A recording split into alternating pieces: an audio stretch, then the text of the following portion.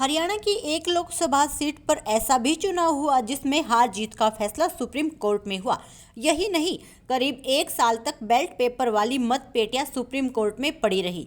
यह चुनाव 1967 में करनाल लोकसभा सीट पर हुआ, जिसमें एक तरफ जनसंघ पार्टी तो दूसरी तरफ कांग्रेस पार्टी के उम्मीदवार थे।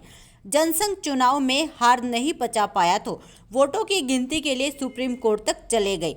हालांकि जो कांग्रेस प्रत्याशी पहले 55 वोटों से जीता था, अब वह सुप्रीम कोर्ट की गिनती में 5,555 वोटों से विजयी घोषित कर दिया गया।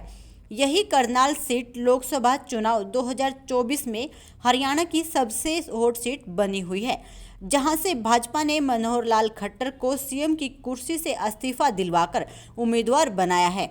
वहीं कांग्रेस ने अभी तक उम्मीदवारों की घोषणा नहीं की है। कांग्रेस की इसी सीट से हरियाणा के पूर्व सीएम भजन लाल पहला चुनाव हारे थे।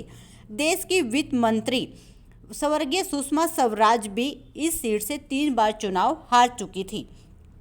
इस किस्से की शुरुआत 1962 के लोकसभा चुनाव से हुई। पानीपत के रहने वाले सुप्रीम कोर्ट के सीनियर एडवोकेट राम मोहन राय ने बताया कि इस किस्से की शुरुआत 1962 के लोकसभा चुनाव से होती है। इस वक्त जनसंघ पार्टी से प्रत्याशी रामेश्वर नंद ने कांग्रेस पार्टी के उम्मीदवार वीरेंद्र कुमार को बड़े अंतर से हराया था। इस जीत के बाद सांसद बने स्वामी रामेश्वर नंद ने अपने वक्तव्य से पूरी पार्लियामेंट को हिलाकर रख दिया था। इसके बाद स्वामी रामेश्वर नंद को पहचान मिली। कांग्रेस पार्टी के पास कोई भी ऐसा नेता नहीं था जो स्वामी रामेश्वर नंद को टक्कर दे सके। इंदिरा गांधी को भी स्वामी रामेश्वर नंद ने दी थी चुनौती।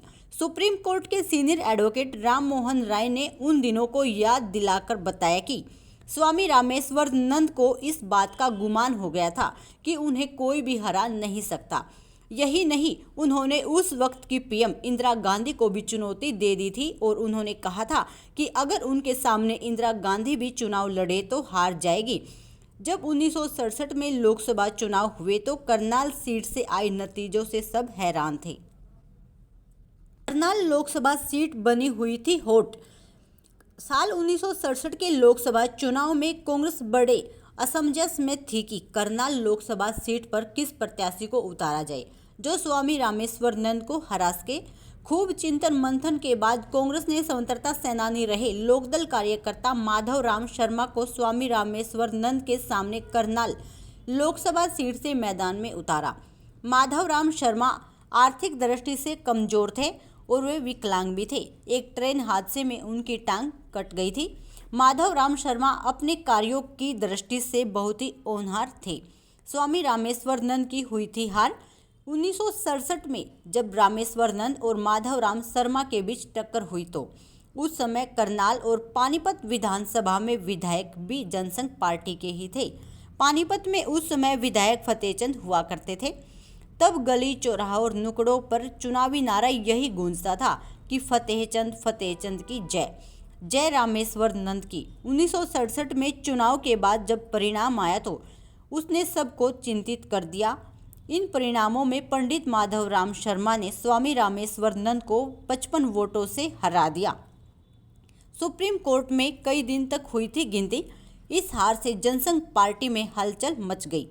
खुद कांग्रेस पार्टी को भी इस जीत पर विश्वास नहीं हो रहा था। जनसंघ पार्टी के प्रत्याशी स्वामी रामेश्वर नंद को ये हार हजम नहीं हो रही थी। उन्होंने दोबारा से मतगणना करवाई। मतगणना के बाद माधव राम शर्मा 555 वोटों से आगे हो गए। मामला दोबारा काउंटिंग के लिए कोर्ट में पहुंचा। कोर्ट से फिर मामला सुप्रीम कोर्ट में पहुंचा। 1 साल मामले की सुनवाई चली। बैलेट पेपर के बॉक्स भी कोर्ट में ही जमा रहे। 1 साल बाद सुप्रीम कोर्ट के जज मोहम्मद हिदायतुल्ला की बेंच के सामने कई दिनों तक बैलेट पेपर की काउंटिंग की गई। काउंटिंग में माधव राम शर्मा जीत गए।